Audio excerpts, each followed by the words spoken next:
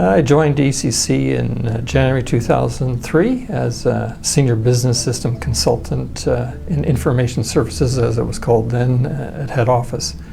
The funny thing about being a consultant, it wasn't really a consultant. People thought I was a consultant because I was the only one with that title. So I had to insist I was an employee of DCC. So then people started asking me more questions.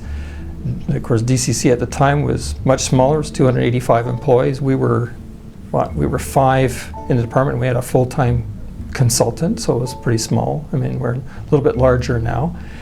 And if I think too, as soon as I retire, there'll only be one left from that original team that's still working here today. So it's interesting, all the changes over the years since I first started.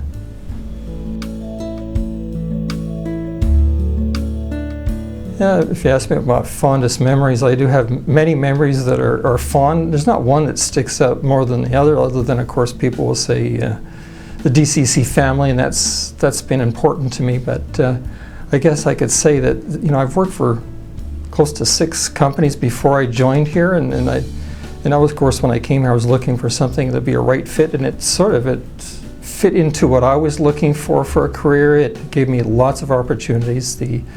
Certainly, for the first 3 months, it was a bit slow, but then, of course, I just should have kept myself quiet because just the floodgates opened and many, many interesting and challenging projects. What was also good is that I could, apply my skills and I could put my own style on how I did things, which gave me the freedom to do my job. I could pick any job I wanted in a way. There was obviously certain deadlines that I had to meet, but in terms of that, I come for a challenge, and I always wanted to change after, of course, having worked for 6 different companies. And even lately in my PR, I had to say that, I stayed at DCC longer than any of the previous 6 companies because I've been here for, it'll be 12 and a half years on retirement, so it was very enjoyable.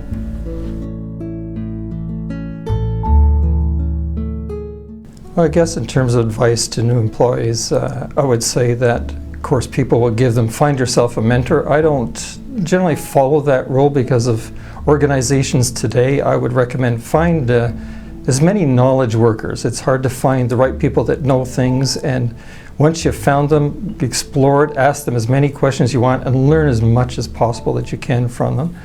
The other thing I would suggest is, because of course I worked in private sector before this, is don't be afraid to challenge the status quo in any organization. There's always room for improvement, that there would be interesting challenges for you to find. And another thing I would say is, be aware of the opportunities. I would still see there's many opportunities at DCC. People sometimes think they're getting into a rut, but if they really explore and look for those challenges and take the initiative, this is the thing. There's always things out there to work on, so that would be certainly very interesting for any employee. As I say, it's very motivating for the employee, and of course you're adding value to the organization, so that's great.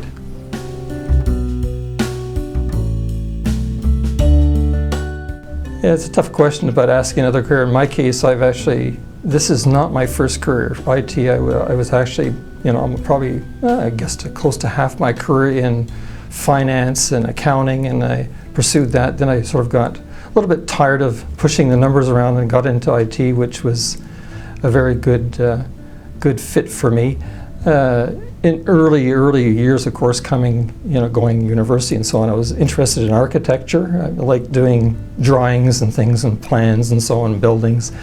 I was not interested in the civil side like DCC folks, but of course I like all ancient architecture, Inca, Maya ruins, even more the Gothic style of architecture, and particularly churches and cathedrals and chateaus and bridges and castles and things like that. Every time I watch special shows on TV or even see them myself, I find it very interesting to watch those things, and it's still an interest. I get a kick out of seeing the architecture.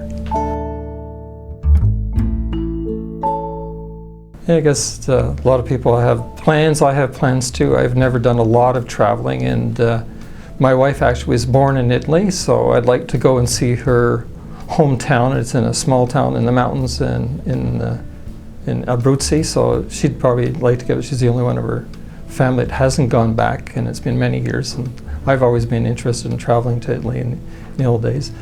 Other things too, like the home, where I've got renovations to do at home that I never really got around to, and it's, you know, the career is one thing, and the family, and then of course the house, you do certain things, so I've got various renovations planned. Now I'll have more time to work on my cycling database. I'm very interested in, I used to be a bike racer in Quebec, and I enjoy that very much. And to say, every time I watch a bicycle race on TV, certainly the professional big races, I get the hair stands up on my neck and I get very thrilled by it. And of course now I guess I'm the armchair athlete, and I sit and I can work on my database as historical worlds back to 1800s and filling in things, even professional races that used to be in Quebec and in Canada. And I correspond with as a member of a website in northern France that they have many members, of course, mostly from France and Italy and the European. There's a few, I think there's about 2 or 3 Canadians that are also a member, so they're always sending me notes about something about a race in Canada at a certain time, so I go back in my archives and I pull out things from Archives Canada. I've done some research there, so I'm sort of interested in that because it's leads into not just racing in a sport, but I get into the history of countries and where people were born and how the countries evolved and where they lived, and learning other languages like Dutch or Croatian, and I'm trying to translate things on the web, so it's very, very interesting.